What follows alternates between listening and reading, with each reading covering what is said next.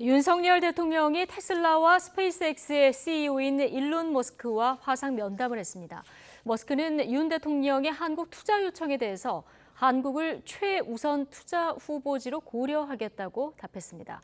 윤 대통령은 또 첫 수출 전략 회의에서 세계 5대 수출 대국을 목표로 제시하면서 적극적인 정부 지원을 강조했습니다. 보도 박석영 기자입니다. 화면으로 마주한 윤석열 대통령과 테슬라 스페이스X CEO 일론 머스크. 지난 14일 G20 정상회의를 계기로 만남을 계획했다가 머스크의 현지 방문 취소로 화상 면담으로 바뀐 겁니다. 30분 동안의 대화에서 윤 대통령은 아시아에서 완성 전기차를 생산하는 테슬라의 기가팩토리 건설 계획과 관련해 한국에 대한 투자를 요청했습니다. 여러 가지 장점들을 고려해서 테슬라 측의 그런 긍정적인 검토를 기대하고 있습니다. 제도적 여건이 미흡하다고 생각되는 부분들이 있을 것입니다. 그 부분에 대해서 기탄 없이 얘기해 주시면은 적극적으로 개선하려고 합니다. I'd like to say thank you very much for the generous offer. We're giving it very careful consideration. I think Korea is one of the top choices for us. 머스크는 테슬라가 한국 부품도 많이 사용하고 있다며 내년엔 관련 구매 금액만 13조 원 이상이 될 거로 전망했습니다.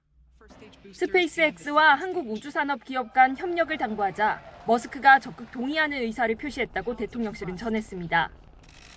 이어서 코트라에서 제1차 수출전략회의를 주재한 윤 대통령은 세계 5대 수출 대국으로 도약하겠다는 목표를 제시했습니다.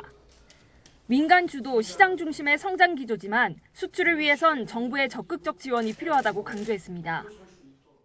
혼자 알아서 하라고 그래서는 정말 초대형 기업이 아니라면은 이런 환경에서 수출을 해 나가기가 어렵습니다.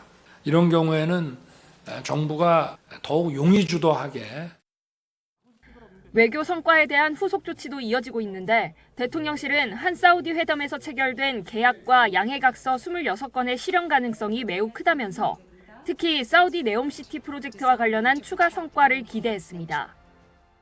그 내용이 구체적이고 사우디 측의 실행 의지도 강해 실현될 가능성이 매우 높다고 평가됩니다. 네옴시티 프로젝트가 구체화되면 추가적으로 상당한 규모의 성과가 더해질 수 있을 것으로 기대합니다. 윤 대통령은 대통령의 외교는 철저히 경제와 안보라고 강조했습니다.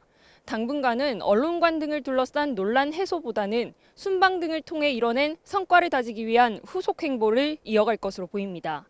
YTN 박석영입니다.